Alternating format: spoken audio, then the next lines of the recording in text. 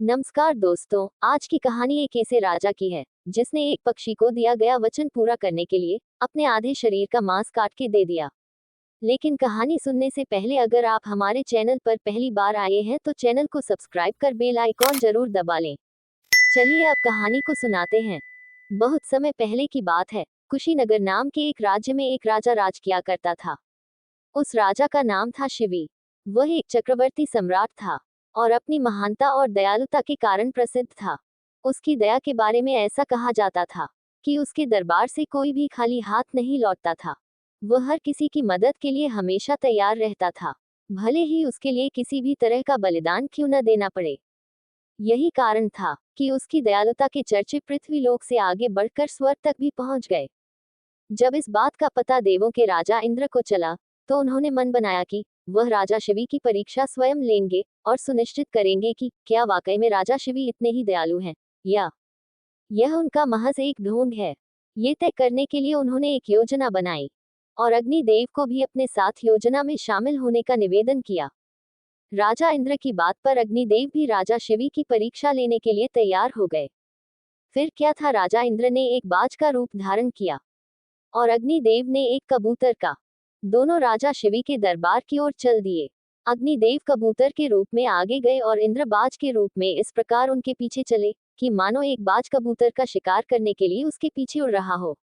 थोड़ी ही देर में अग्निदेव कबूतर के रूप में राजा शिवी के दरबार में पहुंचे और राजा शिवी की जांग पर बैठ गए। उन्होंने राजा से कहा कि एक बाज उसका शिकार करने के लिए पीछे आ रहा है, वह उसकी जान बचा लें। कबूतर की यह बात सुनकर राजा ने कहा, बिल्कुल भी चिंता न करो, मेरे होते हुए वह बाज तुम्हारा कुछ भी बिगाड़ नहीं पाएगा। मैं तुम्हारी रक्षा करने का वचन देता हूँ। राजा के वचन देते ही बाज के रूप में इंद्रदेव भी शिवी के दरबार में पहुंच गए। उन्होंने राजा शिवी से कहा कि वह कबूतर मेरा शिकार है, उसे मारकर वह अपनी और अपने बच्चों की भूख मिटाएगा। बाज की बात पर राजा ने कहा, मैंने इस कबूतर को वचन दिया है कि मैं इसके प्राणों की रक्षा करूंगा, इसलिए मैं इसे तुम्हें नहीं दे सकता। राजा की यह बात सुनकर बाज बोला, अगर आप इसे मुझे नहीं देंगे तो मैं और मेरे बच्चे भोजन के अभाव में भूखे रह जाएंगे, इसलिए इसे तो आपको देना ही होगा। बाज की यह बात सुन राजा शिवी थोड़ी देर सोच में पड़ गए और कुछ विचार करने लगे। कुछ देर विचार करने के बाद राजा शिवी ने बाज से कहा, अगर मैं तुम्हें इस कबूतर के वजन के बराबर मांस दे दूं, तो तुम्हारी और तुम्हारे बच्चों की भूख मिट जाएगी।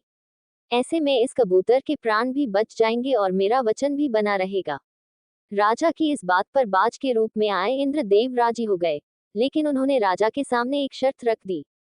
बाज ने कहा, महाराज मैं तैयार हूँ, लेकिन आपको कबूतर के वजन का मांस अपने शरीर से देना होगा। बाज की यह बात सुनकर राजा ने सोचा कि कबूतर का वजन कितना होगा। अगर मैं अपने शरीर से ही इसके वजन के बराबर मांस दे देता हूँ, तो इस कबूतर की जान बच जाएगी। ये सोचकर राजा ने अपने एक दरबारी को एक तराजू लाने का आदेश दिया। दरबार में तराजू लाया गया। राजा ने तराजू के एक पलड़े पर कबूतर को रखा और एक चाकू से अपनी जांघ से एक टुकड़ा काटकर तराजू के दूसरे पलड़े पर रख दिया, लेकिन तराजू तनिक भी नहीं हिला। ये देखकर राजा ने एक और टुकड़ा काटकर तराजू पर रखा।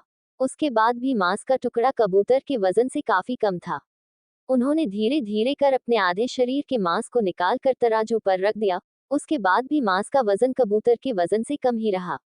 ये देखकर राजा शिवी बहुत निराश हुए।